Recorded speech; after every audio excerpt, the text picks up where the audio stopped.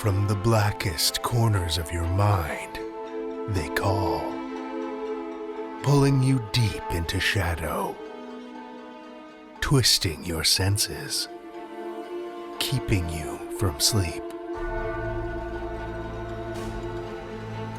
It's time to face your darkest fears. This is Tales to Terrify.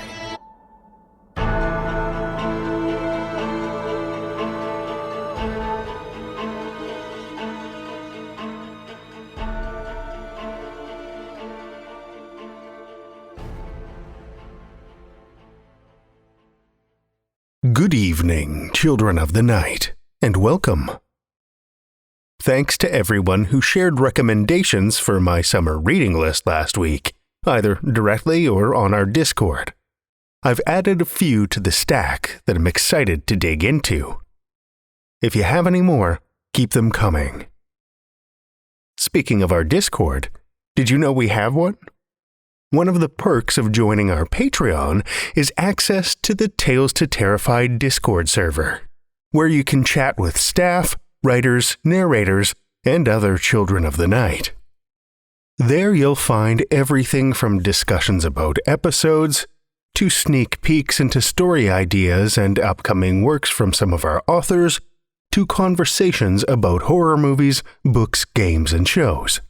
And because no corner of the internet is complete without them, those terrifying, horrendous, disturbing pet pictures. So if you'd like to join the conversation, visit patreon.com/tales to terrify and sign up. We're also coming up on the middle of the year, which means I'll soon be reaching out to artists and other creators and beginning to build our newest merch pack. I had some delivery hiccups last time, and I'm seriously hoping to avoid those this go. My favorite part of that last merch pack, though, that you can still get by signing up, I might add, is a one-of-a-kind custom Children of the Night coin. A little keepsake to prove your membership into our dark society. We really do thrive on the support of our patrons. You've made the growth of the show possible and helped make us one of the longest-running horror podcasts on the planet. We'd love to count more of you listeners among them. By signing up for Patreon, you can get everything from ad-free episodes and bonus content, of which we currently have another production in the works, to swag and shoutouts. We put each dollar we get back into this show, which can help us increase pay for writers and narrators, which means increasing both the quality and the quantity of the content we produce. Go to patreon.com/tales to terrify and lend your shadow to our darkness. We'll be forever in your debt. We have a pair of stories for you this evening, a classic tale of a summer heatwave and revenge on 8 legs. Our first story for the evening is a classic from W.F. Harvey. William Friar Harvey was an English short story writer who left his mark in the horror and mystery genres. He hailed from a wealthy Quaker family, studied medicine at Oxford, and was a doctor by training. During World War I, he served in the Friends ambulance unit, later became a surgeon lieutenant in the Royal Navy. He suffered lung damage during a rescue mission and was plagued with poor health for the rest of his life. He devoted himself, instead, to writing macabre tales of Gothic fiction. His first book of short stories was Midnight House in 1910. Harvey is best remembered for 2 of his most popular stories, considered minor masterpieces, The Beast with 5 Fingers and August Heat.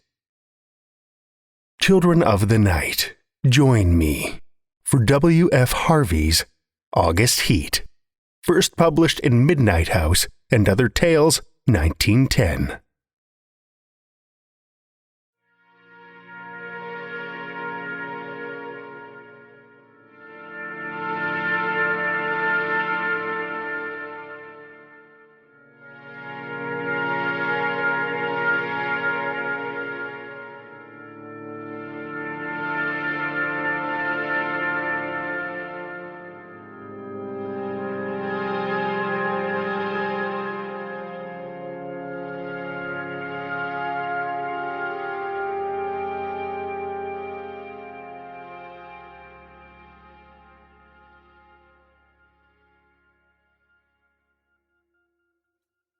Feniston Road, Clapham, August 20th, 1900.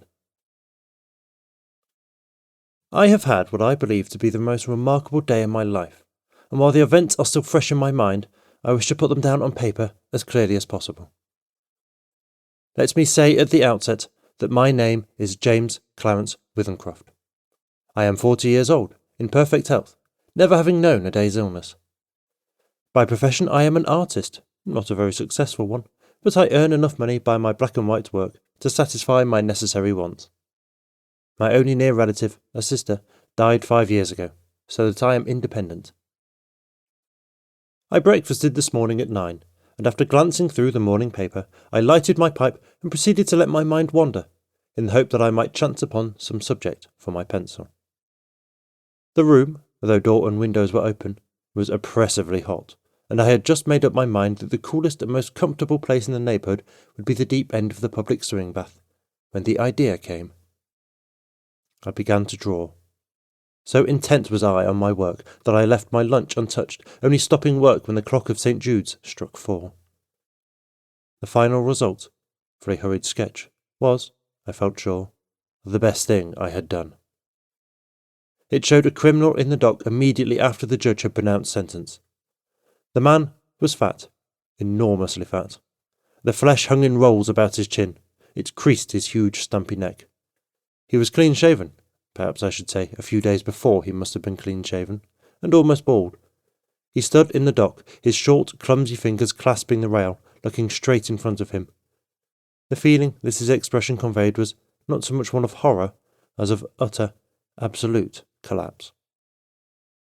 There seemed nothing in the man strong enough to sustain that mountain of flesh. I rolled up the sketch, and without quite knowing why, placed it in my pocket. Then, with a rare sense of happiness which the knowledge of a good thing well done gives, I left the house. I believe that I set out with the idea of calling upon Trenton, for I remember walking along Lytton Street and turning to the right along Gilchrist Road at the bottom of the hill, where the men were at work on the new tram lines. From there onwards, I have only the vaguest recollection of where I went. The one thing of which I was fully conscious was the awful heat that came up from the dusty asphalt pavement as an almost palpable wave. I longed for the thunder promised by the great banks of copper-coloured cloud that hung low over the western sky. I must have walked 5 or 6 miles when a small boy roused me from my reverie by asking the time. It was 20 minutes to 7. When he left me, I began to take stock of my bearings. I found myself standing before a gate that led into a yard bordered by a strip of thirsty earth, where there were flowers, purple stock, and scarlet geranium. Above the entrance was a board with the inscription, Chas Atkinson, monumental mason, worker in English and Italian marbles. From the yard itself came a cheery whistle, the noise of hammer blows, and the cold sound of steel meeting stone. A sudden impulse made me enter. A man was sitting with his back towards me, busy at work on a slab of curiously veined marble. He turned round as he heard my steps, and I stopped short. It was the man I had been drawing, whose portrait lay in my pocket. He sat there, huge and elephantine, the sweat pouring from his scalp, which he wiped with a red silk handkerchief. But though the face was the same, the expression was absolutely different. He greeted me smiling, as if we were old friends, and shook my hand. I apologised for my intrusion. Everything is hot and glary outside, I said. This seems an oasis in the wilderness. I don't know about the oasis, he replied, but it certainly is hot as hell. Take a seat, sir. He pointed to the end of the gravestone on which he was at work, and I sat down. That's a beautiful piece of stone you've got hold of, I said. He shook his head. In a way it is, he answered. The surface here is as fine as anything you could wish. But there's a big flaw at the back, though I don't expect you'd ever notice it. I could never make a really good job of a bit of marble like that. It would be all right in the summer like this. It wouldn't mind the blasted heat. But wait till winter comes. There's nothing quite like frost to find out the weak points in stone. Then what's it for? I asked. The man burst out laughing. You'd hardly believe me if I was to tell you it's for an exhibition, but it's the truth. Artists have exhibitions, so do grocers and butchers. We have them too. All the latest little things in headstones, you know. He went on to talk of marbles, which sort best withstood wind and rain, and which were easiest to work, and then of his garden and a new sort of carnation he had bought. At the end of every other minute he would drop his tools, wipe his shining head, and curse the heat. I said little, for I felt uneasy. There was something unnatural, uncanny, in meeting this man. I tried at first to persuade myself that I had seen him before, that his face, unknown to me, had found a place in some out-of-the-way corner of my memory, but I knew that I was practising little more than a plausible piece of self-deception. Mr. Atkinson finished his work, spat on the ground, and got up with a sigh of relief. "There, what do you think of that?" he said, with an air of evident pride.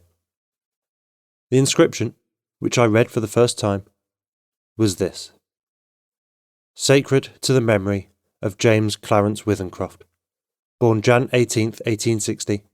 He passed away very suddenly on August 20th, 1900 and... In the midst of life we are in death."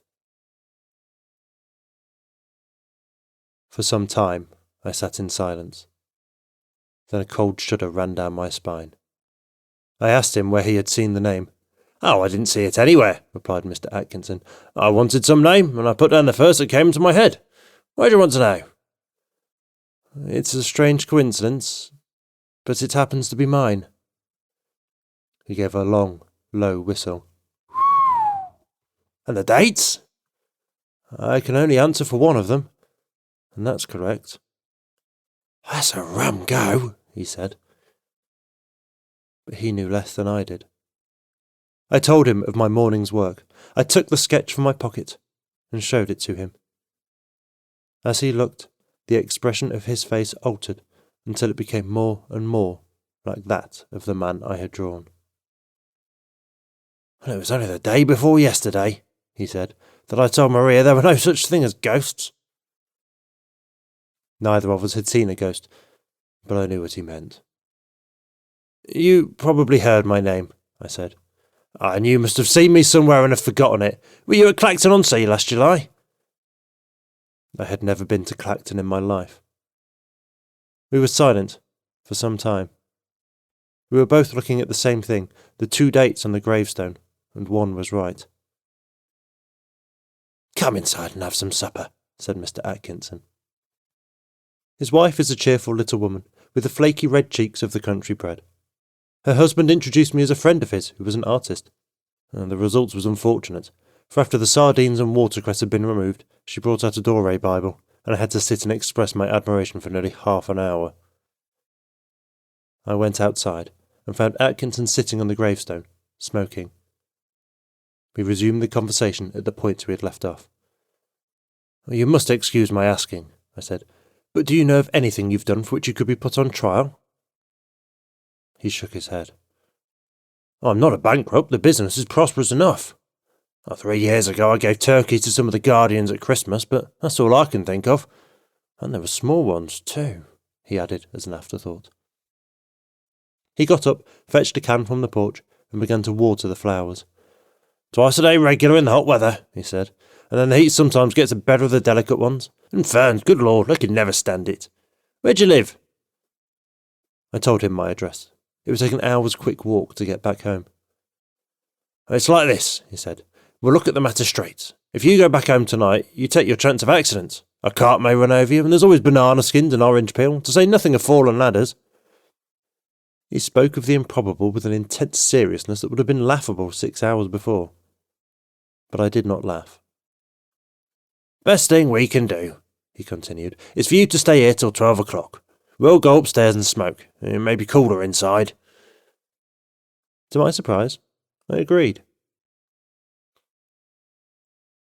We are sitting now in a long, low room beneath the eaves. Atkinson has sent his wife to bed. He himself is busy sharpening some tools at a little oilstone, smoking one of my cigars the while. The air seems charged with thunder. I am writing this at a shaky table before the open window. The leg is cracked, and Atkinson, who seems a handy man with his tools, is going to mend it as soon as he has finished putting an edge on his chisel. It is after 11 now. I shall be gone in less than an hour. But the heat is stifling. It is enough to send a man mad.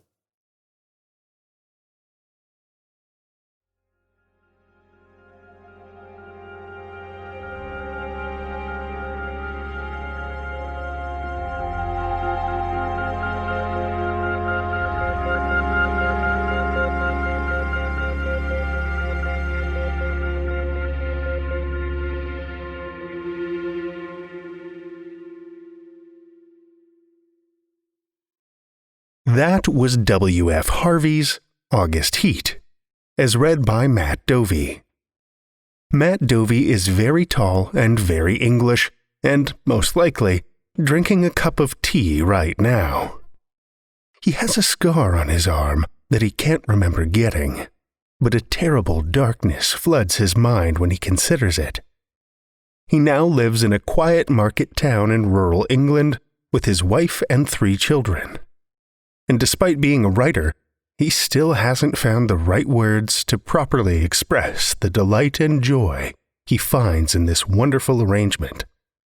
Thank you, Matt. Our second tale tonight comes from Hunter Liguore. Hunter Liguore is an award-winning author, professor, and historian, often found roaming old ruins, hillsides, and cemeteries. Her work can be found in Spirituality and Health, Irish Pages, Orion, and more. The Whole World in Nan Soup is available now from Yahoo Press. To learn more, visit hunterliguore.org or at skytale_writer. Listen with me, children of the night, to Hunter Liguore's Jars of Spiders, a Tales to Terrify original.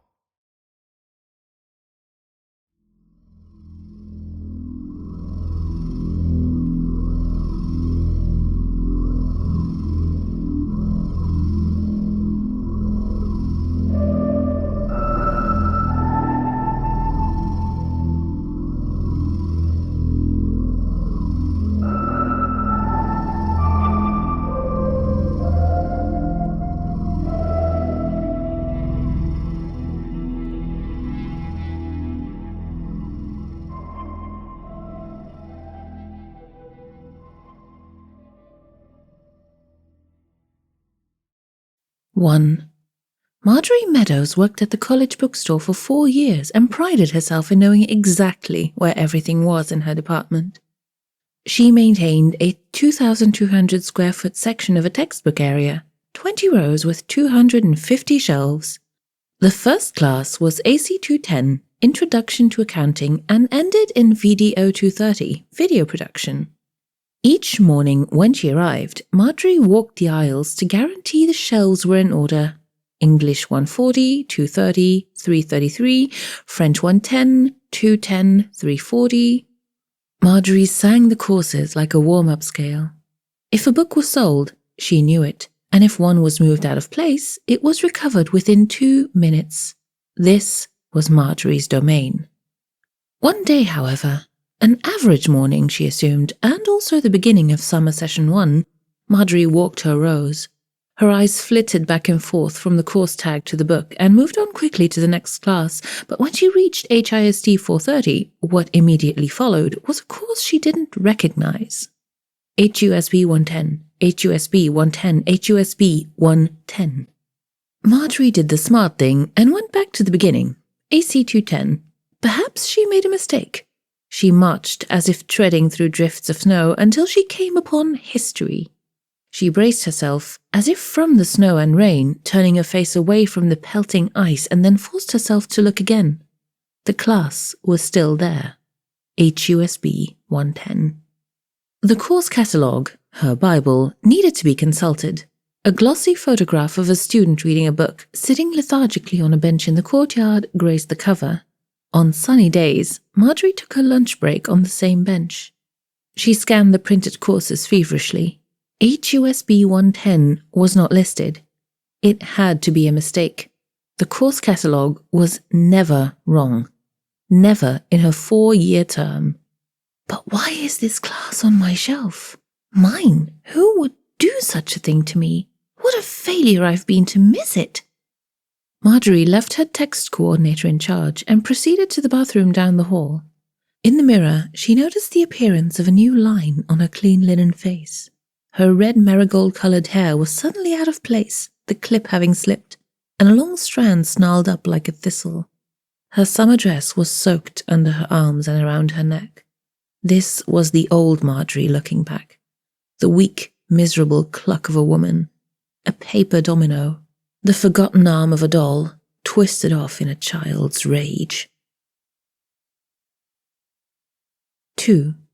The Arvac building was named after Richard James Vance, one of the founding fathers of the college, and had been restored recently, the asbestos gutted and new desks installed, the old standby blackboard disassembled and replaced with a white erasable surface.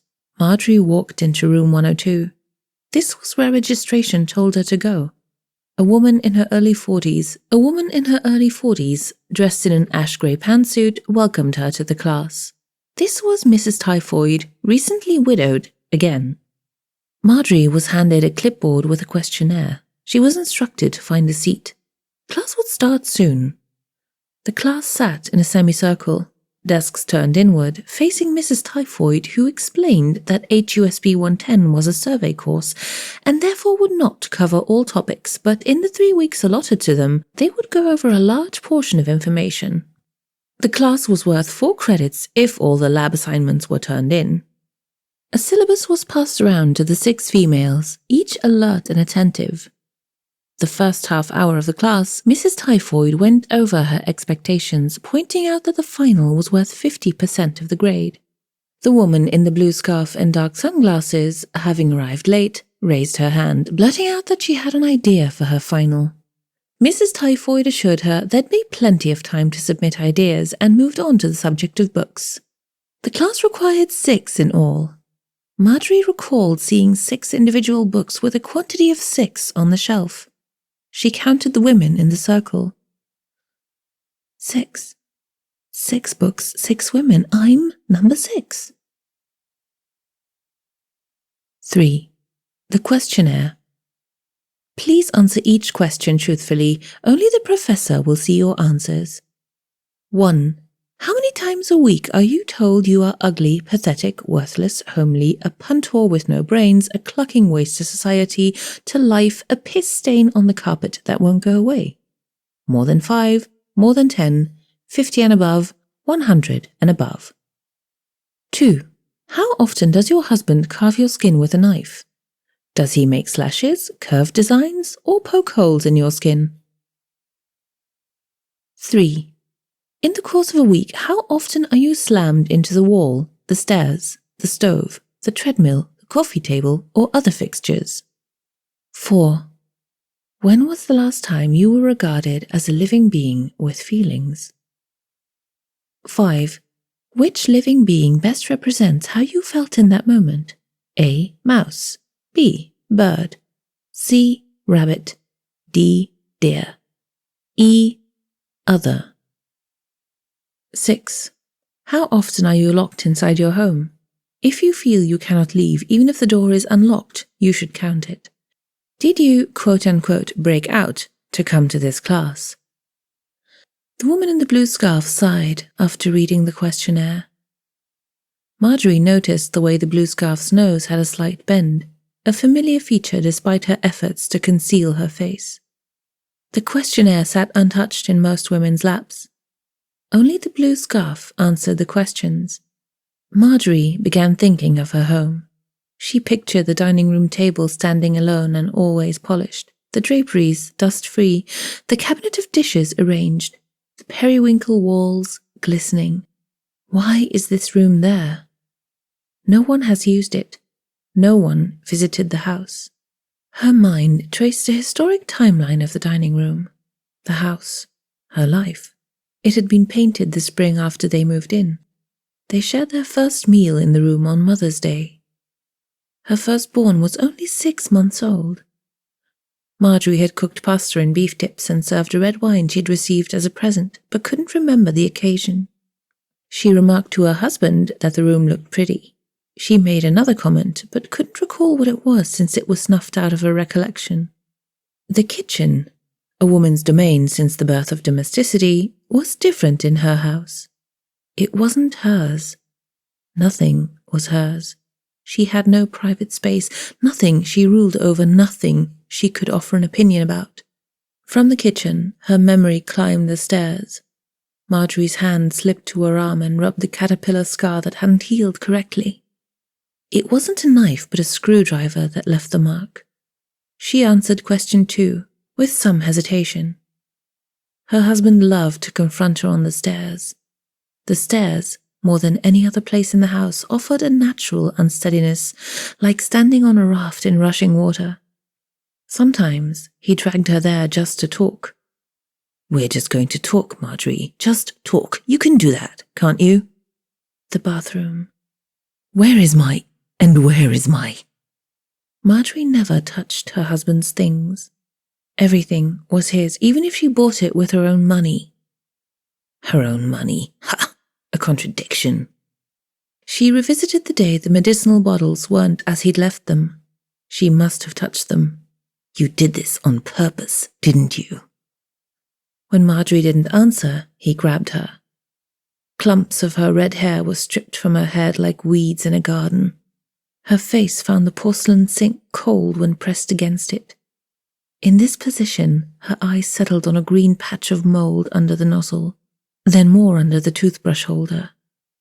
Her husband emptied the medicine chest, then the cabinet, and then the closet of all its contents. He did this throughout the house over the course of the week. Her second child was nearly a year old at this time. Her first had recently turned 4. "Your job, Missy, is to put all this back, and it better be neat. Do you hear me? If I find one bottle, one towel not in place, I'll kill you. I'll kill you." "Like this," he said, snaring her throat in his claw-like hand. "You're a punt-whore bitch. You aren't worth the water I piss in." Slowly, he released his grasp and pushed Marjorie backwards toward the toilet and onto the floor. His penis dangled over her and a yellow stream splashed into the water, then onto her. He saw Marjorie turn away. A sick smile had come with a laugh as the hot stream stung her face. She would never falter in her task. Not in 5 years had she missed a day of work. Marjorie answered question 1, 3, and eventually 5. She did this meticulously, as if she was in preschool and her penmanship was going to be graded. Marjorie raised her hand and was called on by Mrs. Typhoid, whose cheerful smile made Marjorie uncomfortable. She blushed, unable to make eye contact, but Mrs. Typhoid waited until Marjorie found the courage to speak. She asked, "Is this a class on how to be a better wife?" Mrs. Typhoid's smile remained, like the black permanent marker someone used mistakenly on the whiteboard. "No, dear. This is HUSB 110. Are you sure you're in the right class?" Marjorie looked over the questionnaire. She nodded as if automated. "This is Husband 110, Intro to Husbands. We're going to start this week's lesson with the study of poison." 4. A living being. Something animated, not necessarily something with a soul, depending on your spiritual grounding. Do animals and plants have souls? When Marjorie was 8, she used to play by the brook behind her parents' house. She had touched many living beings during that time. Fish, crickets, water sprites, spiders, horsetails, skunk cabbage. She remembered how spiders would run and hide or stand perfectly still so they wouldn't be detected, or play dead, stiff with legs curled. Her husband didn't like spiders, said the devil put them on earth to spite him. He went out of his way to kill them. Once in a restaurant, another time in church. Marjorie didn't believe in God or church, but her husband did. He always felt holy after Mass, even if he killed spiders. "Thou shalt not kill." This confused Marjorie. She filled in question 4 at a stoplight on her way home. 7 years. Spider. 5. A new shipment of books arrived at the bookstore. Marjorie set to work receiving the books and putting them away on the appropriate shelves. When she passed HUSB 110, she lingered. After lunch, she lingered some more. One book remained of each title. She waited, sure another living being would purchase the 6th book. She hadn't paid her class fee.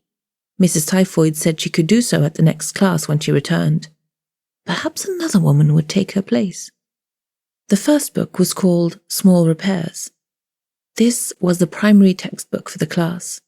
She browsed the pages as if it was an unsolicited mail catalogue. Part 1 covered poisons.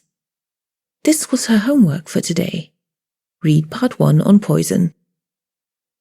The bright pictures showed step-by-step instructions of how to mix household chemicals to kill undetected. A sidebar illustrated mixing procedures with chemicals often found in a husband's tool shed. Part 4 discussed the mechanics of husband machinery, like the lawnmower, the golf cart, and the pickup truck, and gave suggestions on how to render each vehicle a death trap. Part 7. What to do and who to call after the deed is done. Part 11. Legalities, laws, and legal proceeding. Part 12. New beginnings. As for secondary books, there was The Bell Jar Revisited, a homemaker's guide to husband suicide. The Life of Bathsheba Spooner, the historical account of a New England woman in the 18th century who had killed her husband and stuffed his body down a well. The Healer and the Witch, the history of women healers and women who poisoned their husbands in the name of freedom. Lady Audley's Secret by Mary E. Braddon, a classic literary book on the art of secrets. And lastly, A Common Housewife's Guide to Staging a House Burglary. Marjorie purchased the books 5 minutes before her shift ended. She read the first and second chapter on the bench in the courtyard, then proceeded to the ATM and withdrew the cash to pay for the class. Marjorie made a list of questions for discussion, as she was instructed, and crossed the chem lawn on the way to RFAC 102. 6. Hemlock. Identified by its red spotted leaves, the plant, ruled by Saturn, can grow to 5 feet, sometimes more, and will produce pretty white flowers in June. Hemlock is extremely dangerous if taken internally, informs the eclectic Materia Medica. Unbeknownst to Marjorie, her herb garden contained hemlock. She thought it was merely a pretty weed, one she didn't have the heart to uproot. The morning after her second class, Marjorie spent time in her garden looking over her herbs. She felt inspired by the lecture on the history of women healers. She found it most exhilarating to learn how women healers were often pushed to the point of poisoning their husbands. It was an established practice and recorded in a plethora of documents, which Mrs. Typhoid photocopied and handed out in class. The sun warmed Marjorie's hands as she sifted through the cold dirt, clearing multiple weeds. The neighborhood was mostly quiet, less the occasional car passing. A woman with bruises on her arms approached her from across the lawn. She was wearing shorts with a red top. A silk-screened robin was nestled between her uneven, bulky breasts. This was Mrs. Gentry, the same Mrs. Gentry who wore a blue scarf to every class and arrived on average 10 minutes late. Mrs. Gentry sipped her black coffee and asked Marjorie if she needed help with her homework questions. Marjorie shook her head, realizing she hadn't given much thought to homework. Mrs. Gentry prattled on about unhappiness, days of being young, although she was still in her 30s, and what herb she would use to cook her husband's prime rib. She'd already read the primary textbook, Small Repairs, twice. 3 days before the final was due, Marjorie would spend the afternoon filling in a hole left by the removal of a 5-foot-tall weed that had barely started blooming pretty white flowers. The next morning, an ambulance would block her driveway, making her late to work for the first time. She would also find herself consoling her grieving neighbor as the police questioned her about her husband's accident. Marjorie would play her part modestly, remembering Mrs. Typhoid's exact words. "Less is more." Mrs. Typhoid's HUSB 110 reading packet was distributed in class to inspire further discussion on poison. Taken from the book Woman Defamed and Woman Defended, Marjorie's favourite excerpt was written by Jasmine in the 13th century. If the husband sleeps in her company, he puts his life in great peril. Indeed, sleeping and waking, he must fear most strongly that, in order to avenge herself, she may have him poisoned or hacked into pieces, or make him languish in a life of desperate ruses. 8. Marjorie's wedding photo sat in a brittle silver frame on the nightstand beside her bed. She was 23. Her green eyes, like melancholy thyme, held the expectation of a future. Her husband glanced outside the border of the picture, perhaps distracted. England was playing Ireland in a Saturday afternoon football match. He had a hefty bet on England, the favourite to win. Ireland won that day. Beside it, in a frame constructed of popsicle sticks, was a copy of their wedding vows. Her husband wanted to write his own vows and borrowed something from a friend. She didn't need to look at the words to remember what he'd said. She had remembered vividly the laughter that brewed in the audience when he was done. He loved the spotlight. He loved to be the master comedian. Cracking jokes was his specialty. "Lighten up," he said before they were pronounced man and wife. "Until death do us part. Or until one of us kills the other. Me first, I call it." 9. The first day of the second week of class, Mrs. Typhoid started with a discussion regarding the final. She asked each of her students if they were having any difficulties with topics or procedures. Mrs. Woods, a woman of older years, thought she'd need more than 2 weeks to complete her final, citing the fact her husband had been moved to the county hospital. Mrs. Typhoid smiled, flipping through several booklets jammed into her Mother Earth tote bag. She handed a pamphlet to Mrs. Woods, who was busy wiping a messy red stain from her blouse. The pamphlet specialized in provoking accidents in hospitals. Mrs. Typhoid recommended that Mrs. Woods should concentrate her efforts on bringing in harmful germs. If that didn't work, then she might ask for the IV to be reconnected, since each attachment increased a patient's health risks. Another woman, Mrs. Randall, the youngest and most recently married, was next to raise her hand. Married to a woman, she found the textbook far too specific to male spouses. Her wife was hardly ever home, working long hours in a law firm, and often volunteered in the evenings for a gay youth group, but she had her weapons: neglect, guilt, anger. This was how Mrs. Randall felt, beaten and abused to the point of not knowing who she was anymore.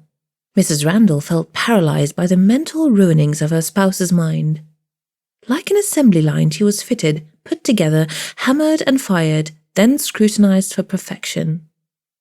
Mrs. Typhoid consoled the crying woman and assured her there were many other techniques that she could approach her final with, and held up her worn copy of the Bell Jar Revisited, first edition.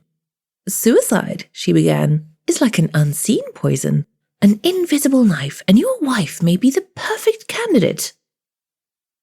Mrs. Randall fished out her copy of the book from a plastic grocery bag at her feet. She brushed away the blonde strands of hair that fell into her eyes as she bent over. She did this as if commanded by an unseen force, as if someone stood over her shoulder saying, "And get that hair out of your eyes, it makes you look ignorant." Mrs. Randall softly admitted to the class that she hadn't read the Bell Jar Revisited, nor had she even glanced at the corresponding assignment. She was busy, too consumed with feeling gripped by domestic pestilence, that she hadn't made time. Mrs. Typhoid explained that a cunning woman should have no problem staging another person's suicide. "We all know Mrs. Sylvia Plath was the master designer of suicide," she said. "She reveled in its dangerous thread, sifting the sands between life and death.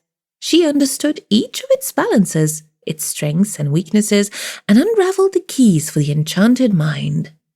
Mrs. Typhoid stood honourable, cupping the book close to her heart, and from between the pages she revealed a small portrait of Miss Plath and circulated it in class. "Use her exploration to design your own crafty methods to bring about the end of your misery. We who sit in this room know Miss Plath wasn't trying to kill herself, like the critics and disbelievers have said. Only we, who've walked in her gilded steps, know for whom the task was really intended." Before class ended, Mrs. Typhoid handed out a paper titled 3 Good Reasons. Marjorie's last assignment before the final was to provide 3 reasons why she would like to kill her husband. Each question was to be written in standard essay form, typed, double-spaced, with empirical evidence. 10. Sunday was a rainy day. Sparse patches of creamy blue sky surfaced with the sun only occasionally. Marjorie drove to the campus. She had told her husband she had a mandatory inventory at the bookstore and wouldn't be back until it was finished. Finished. A loaded word.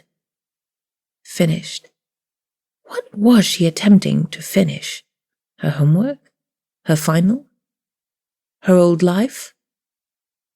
The lonesome bench in the courtyard was soaked with water. She sat anyway. The cool against her dress and bottom was chilling but exhilarating, as if she had done something forbidden for the first time. It aroused her slightly. She held the umbrella in one hand, the other rested in her lap. She started to pull out a pad to take notes as her mind's memory constructed 3 good reasons. Marjorie realized she was alone. The rain's melody comforted her. She noticed a tear in her dress, touched it, then touched her skin, her thigh. Her heart beat faster. What was it that she wanted? Her finger dragged across her skin like a blunt knife toward the craggy outcrop, her own space. An inbound private cell with 1 entry, 1 exit. Life was like that. In, out, in, out. Her breath grew rapid. A robin flew into the aspen tree overhead. She tilted her head and body back, spreading open her legs, dropping the umbrella, allowing the rain to touch her face until a place of paradise ripped through her cardboard form and the clouds burned red with color. 11. Marjorie didn't have 3 good reasons for the assignment. Instead, she turned in 3 reasons why she would not kill her husband. Reason 1. She was lying on her bed, belly swollen like a newly inflated rubber ball. She was crying, but couldn't remember why. Her husband had come to her. In his hands was a box of cookies. Animal crackers, an image that invoked in her the apparition of her dead father, a kind man who often brought her home sweets. Sweets for a sweet girl. Her husband sat on the bed beside her and brought the animals to life with voices and names and stories. For a brief moment, she forgot her crying, her life. Reason 2. Most damaged marriages resist divorce for the sake of the children. Marjorie jotted this note to herself as a possible reason not to complete her final, then scribbled it out. Does a dog that's abused still accept food and praise from the hand that beats it? Marjorie combined her thoughts and wrote it on the page, then quickly scribbled it out, then rewrote it. Reason 3. He had told her not to leave the house that morning. 3 hours later, she hadn't moved from the chair in the living room, hadn't realized she had sat so long.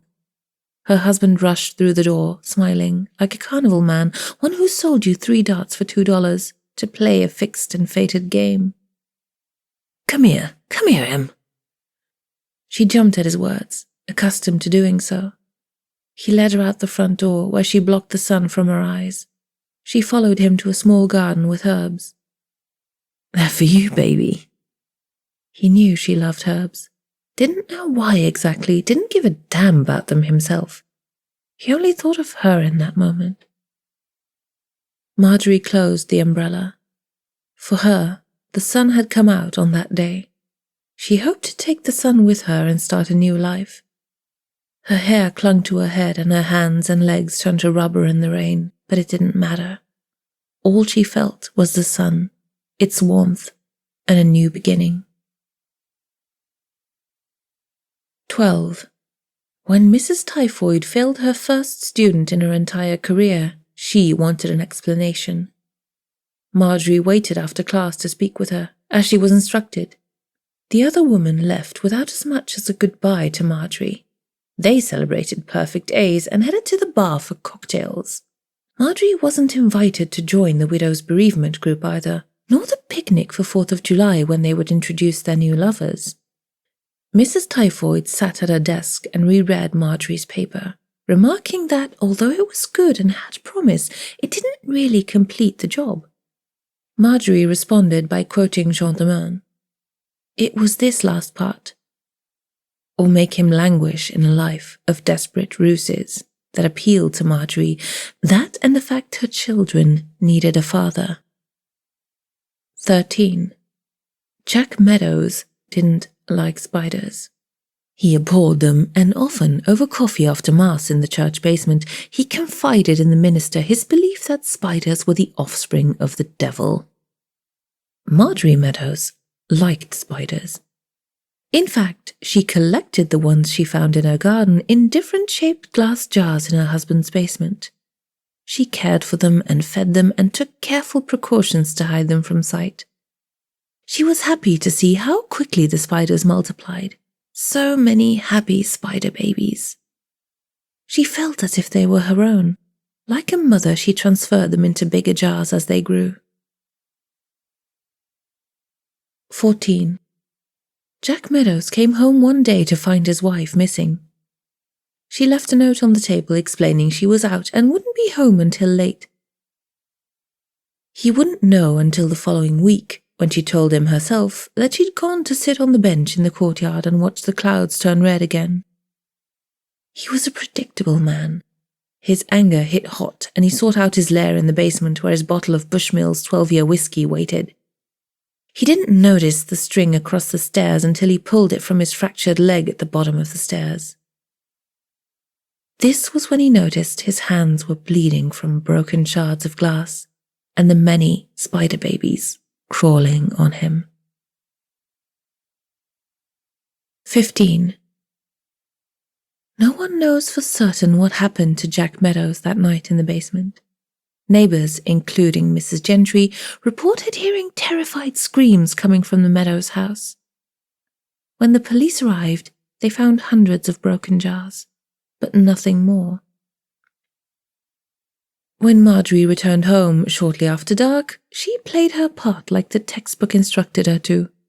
Her tears seemed almost real. At the hospital, Marjorie was said to have broken down when the doctors gave their assessment. The number of cuts and gashes Jack Meadows suffered from was impossible to record. His left eye couldn't be reattached. They weren't sure how it had been severed. The doctor warned Marjorie that she wouldn't readily recognize her husband. Disfigured was a word used to describe him from now on. 16. Marjorie finished her morning house chores. Afterward, instead of going to her former job at the college bookstore, she'd make her way upstairs to the room she kept her husband in. He usually sat motionless in the chair overlooking a herb garden most of the day. He had a slight shake that the doctor said wouldn't go away, and his speech, though Marjorie could understand his murmurings, would not return. Hairs started to regrow around the shard of glass protruding from the top of his head that couldn't be removed without risking further damage to his mind. But Marjorie smiled at this. She knew his mind worked fine.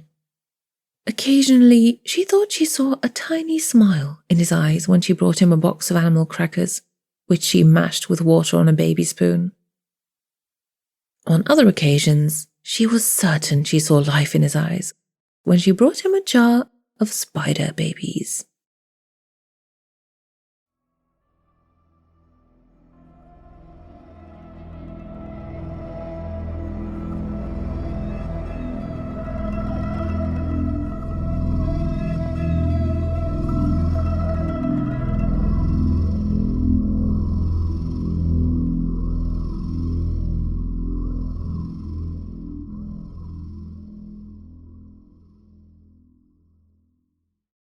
That was Hunter Liguore's Jars of Spiders, as read by Jasmine Arch. Jasmine Arch is a narrator, writer, poet, and podcaster from a rural corner of Belgium with 2 horses, 4 dogs, and a husband who knows better than to distract her when she's fiddling with stories. Her work has appeared on The Other Stories, both as a writer and narrator, and in newmyths.com, among others. Find out more about her or her work at jasminearch.com. Thank you, Jasmine.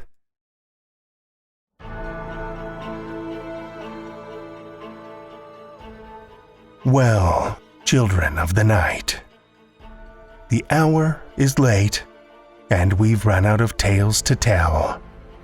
For now.